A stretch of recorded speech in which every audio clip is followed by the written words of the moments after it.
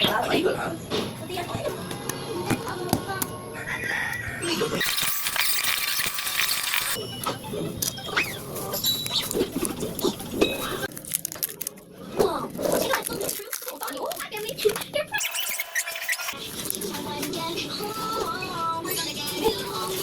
That's perfect. I love marketing. Right, Dora? They sure do.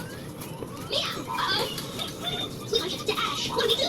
We just need something that will bring us all the way up to Ash. Hop on, Luke. You're okay. Marty, but it's Ash a lot late. We can see it. So to get down, we have to dance super slow. Ready?